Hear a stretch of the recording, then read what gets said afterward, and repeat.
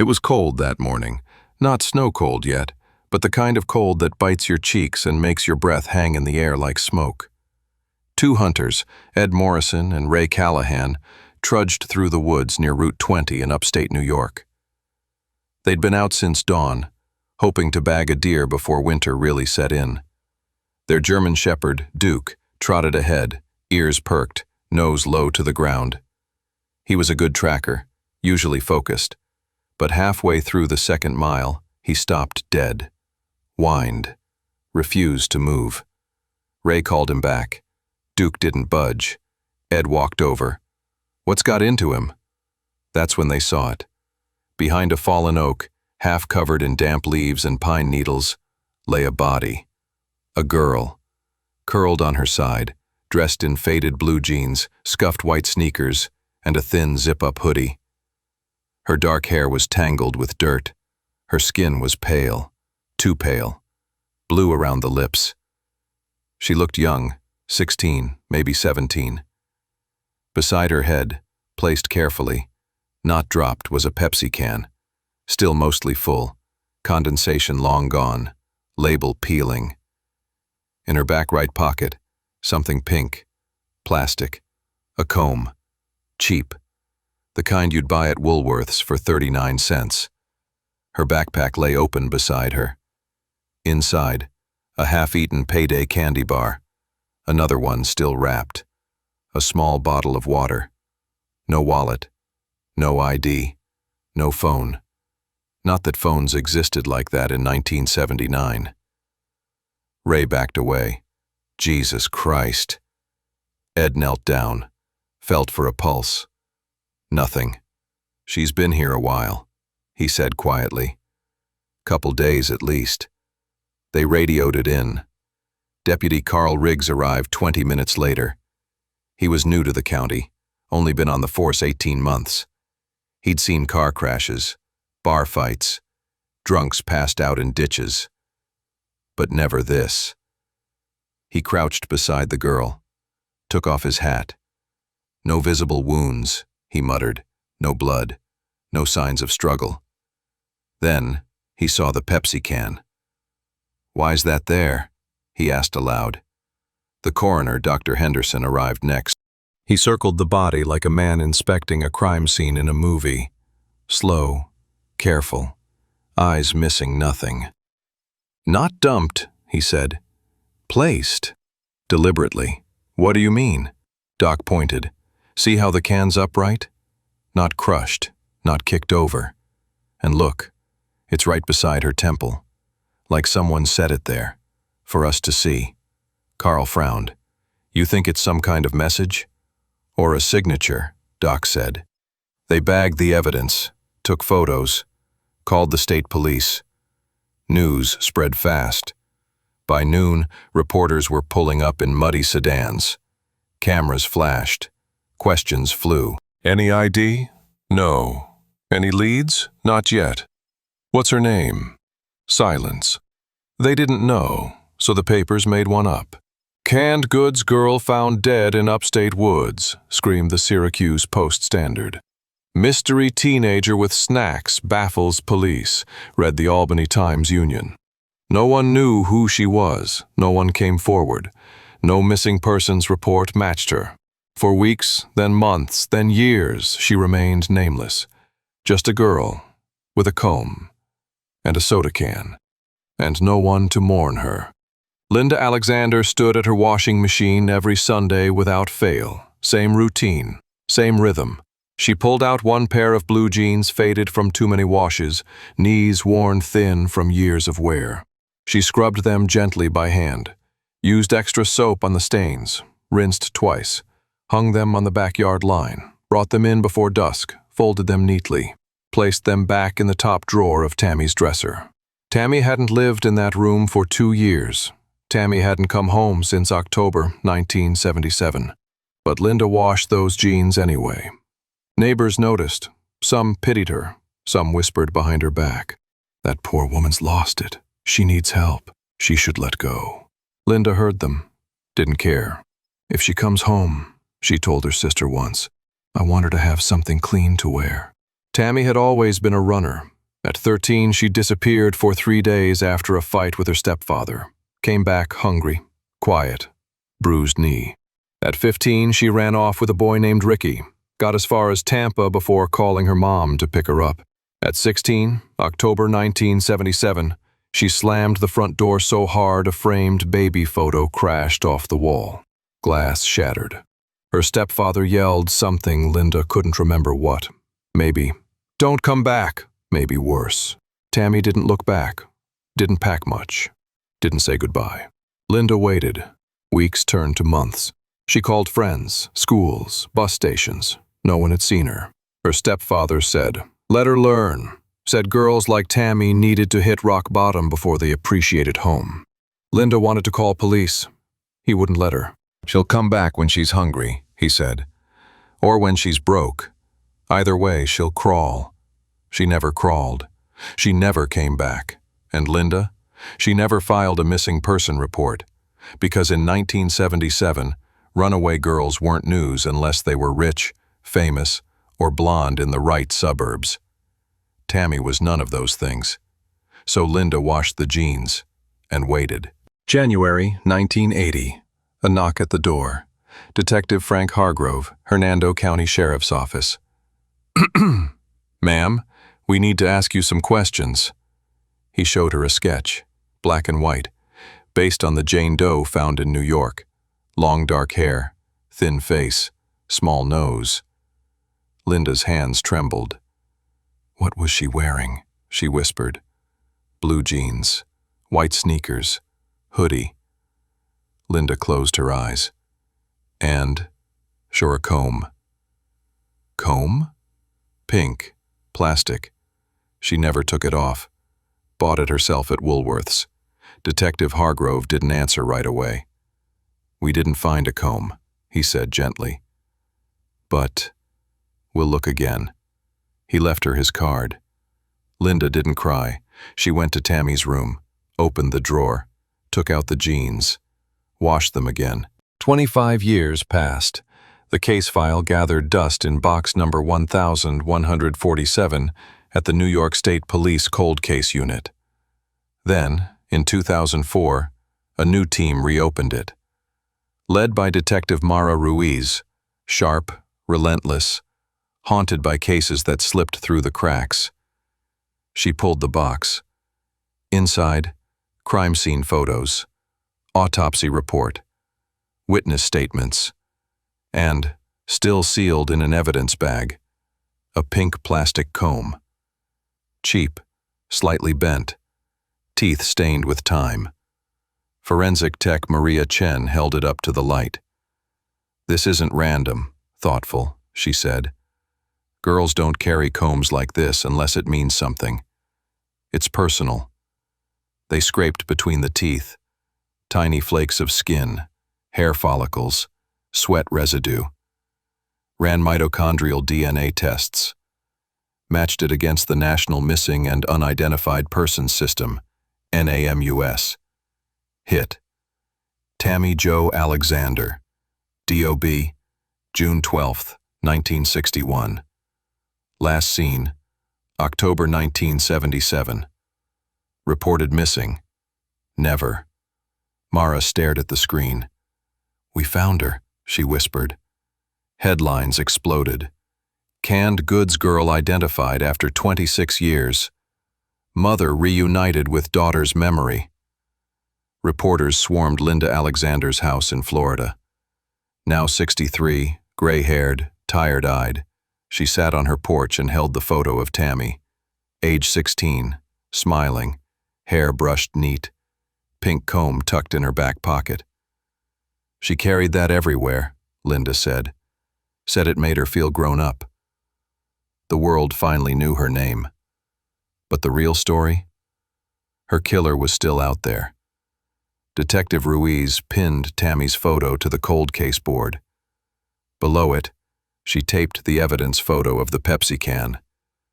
And beneath that, she wrote in bold red marker, "Who placed this can?"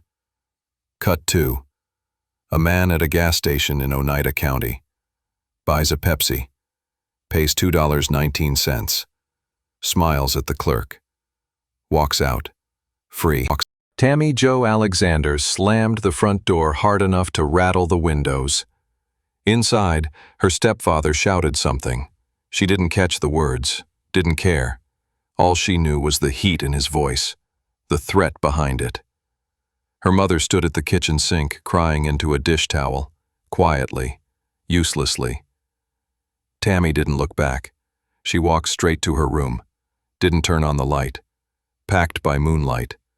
One pair of blue jeans, her favorite, already frayed at the hems. White sneakers, scuffed at the toes from walking too many miles in them. Zip-up hoodie, faded green, zipper stuck halfway. $23 in crumpled 1s and 5s. Babysitting money saved under her mattress. And the comb. Always the comb. Pink, plastic, bought with her own money at Woolworth's. She remembered standing in line, clutching the coins, feeling like a real adult. "If I can just get my hair right," she told her best friend Debbie over RC Colas at the diner. "Maybe the rest won't feel so broken." It never fixed anything, but she kept it anyway. She stuffed it in her back pocket, zipped up her hoodie, walked out the back door, didn't say goodbye, didn't leave a note, didn't plan where she was going, just gone. 3 miles to the Greyhound station. Ticket window. "Where to?" Tammy shrugged. "Anywhere north." The clerk didn't blink. Stamped the ticket. "Bus leaves in 40 minutes. Gate 3. She bought a payday bar from the vending machine, ate half, saved half, sat on a metal bench, watched families hug, watched soldiers say goodbye, watched old men nap with newspapers on their faces. No one looked at her. No one asked if she was okay. No one cared.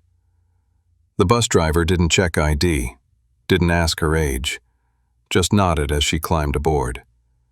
She curled against the window, watched palm trees blur into Georgia pines, watched sunshine fade into Carolina gray, watched herself disappear, mile by mile, into America's blind spot.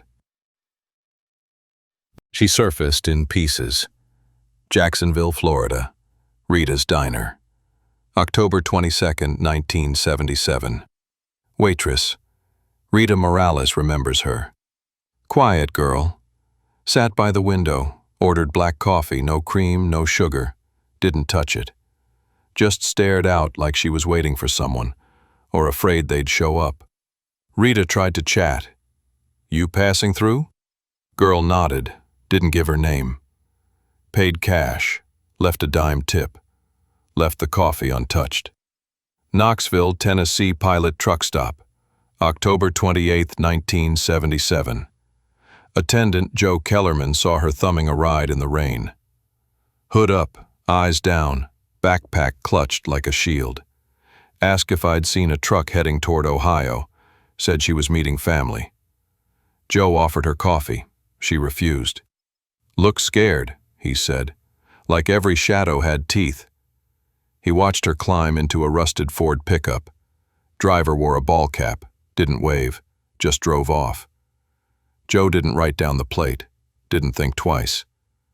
Asheville, North Carolina, Greyhound Station, November 1st, 1977. Clerk Marla Denton sold her a ticket to Columbus, Ohio. Paid cash, asked for window seat, didn't talk, just stared out like she was memorizing the world in case she never saw it again.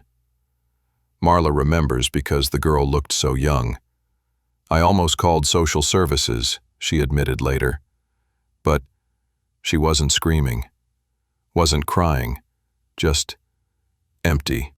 No one called, no one reported, no one cared, until it was too late. Last confirmed sighting.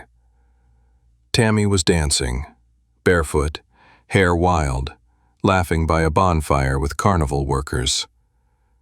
Rico Vasquez worked the Ferris wheel, remembers her like it was yesterday. She glowed that night. Like she forgot how to be scared. Someone handed her a beer.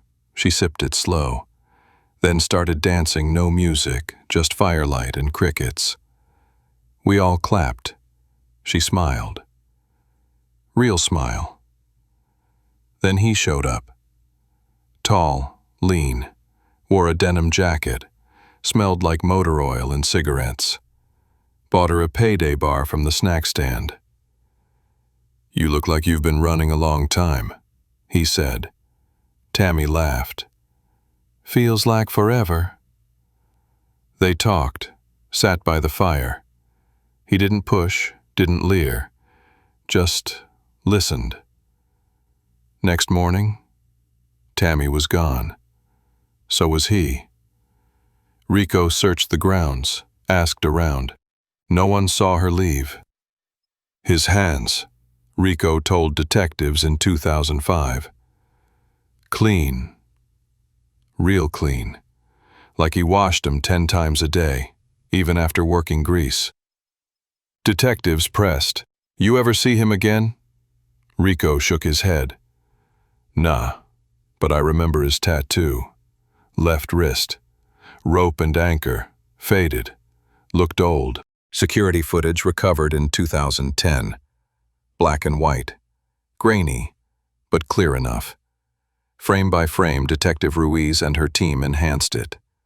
November 8th, 1979, 3:47 p.m.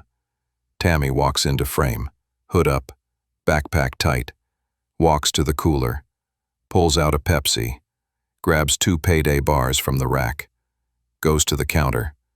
Behind her a man, hat pulled low, gloves on, doesn't speak, waits. She pays first, cash, exact change. As she turns, his gloved hand brushes hers, taking his own change. Detectives freeze the frame, zoom in. On his left wrist, peeking from under the glove cuff, a tattoo. Rope, anchor, faded, same as Rico described. Last known image of Tammy Jo Alexander alive. Timestamp, 3:49 p.m. Estimated time of death, within 48 hours. Location of body, 220 miles northeast. Method, unknown. Suspect, unidentified. But now they had something. A face, a tattoo, a pattern, and a ritual. Pepsi, payday, placement, cut to, present day. An old man sits at a diner booth in Oneida County, rolls up his sleeve to wipe his mouth. Tattoo visible, rope and anchor, faded. He sips coffee, smiles at the waitress, still breathing. Detective Mara Ruiz stood in front of the caseboard. Photos, maps, red string connecting towns, dates, witnesses. 5 men fit the profile. All male, age 35 to 50 in 1977. All traveled trucking or carnival routes matching Tammy's path. All had minor records. All had alibis that barely held. One stood out. Daniel Reeves. D.O.B. March 3, 1942. Residence, Vernon, New York, 40 miles from dump site. Former carnival mechanic, worked Ohio Fairgrounds in fall 1977. Arrested in 1982 for assaulting a female hitchhiker near Syracuse. Victim refused to testify. Charges dropped. Volunteer at local food bank. Coaches 10-year-old baseball. Attends First Baptist Church every Sunday. Married, no kids. Widow since 2001. Drives a clean 2005 Ford Taurus. Buys Pepsi, always. From the same gas station. Always pays cash. Always exact change. $2.19. His garage? Spotless. Tools arranged by size. Floor mopped weekly. Workbench wiped down daily. Cleanliness is next to godliness, he told a neighbor during a block party. Smiled when he said it. Ruiz put him under surveillance. Watched him buy Pepsi. Watched him coach Little League. Watched him donate canned goods at Thanksgiving drive. Watched him live a perfect, quiet, normal life. while Tammy's bones lay in a county vault, while her mother washed jeans no one would wear, while her comb sat in an evidence locker. Detective Ruiz sat in her unmarked Crown Vic, engine off, window cracked. Warrant in the glove box, signed, sealed, ready. She'd spent 18 months building this. Witness statements, tattoo match, timeline, behavior patterns, geographic profiling. It was enough for suspicion, not enough for conviction. Her captain called that morning. Lab results came back. DNA on the comb? Degraded. Contaminated by multiple handlers over 30 years. Can't link to Reeves. No murder weapon. No confession. No forensic tie. We walk away, Mara. She didn't move. Watched Reeves step out his front door, watering can in hand. Humming. Watered his roses. Waved at Mrs. Peterson across the street. Got in his car. Drove to Walmart. Bought a 6-pack of Pepsi. Paid $2.19 per can. Smiled at cashier. Drove home. Ruiz followed. Didn't stop him. Couldn't. She went back to her desk, opened the drawer, took out the evidence bag, held the pink comb, whispered, "Soon." You're reading this. Maybe you're sitting at your kitchen table. Maybe you're on your phone before bed. Maybe you're thinking, hope they catch him. But what if he's the guy who fixes your brakes? What if he's the deacon who passes the collection plate? What if he's the grandpa who reads stories at the library? What if he's the man who waves at you every morning, and you wave back? He buys Pepsi, pays $2.19, washes his hands after pumping gas, hums old country songs in the shower, votes in every election, donates socks to the homeless drive, and sleeps just fine at night. Because no one proved it. Because evidence fades. Because memories blur. Because girls like Tammy, they slip through the cracks. Until someone says their name. Until someone remembers the comb. Until someone refuses to look away. Tammy Jo Alexander. Born June 12, 1961. Ran away October 1977. Last seen alive November 8, 1977. Found dead November 10, 1979. Identified 2004. Still waiting for justice. Look around. He's still out there, and he's closer than you think.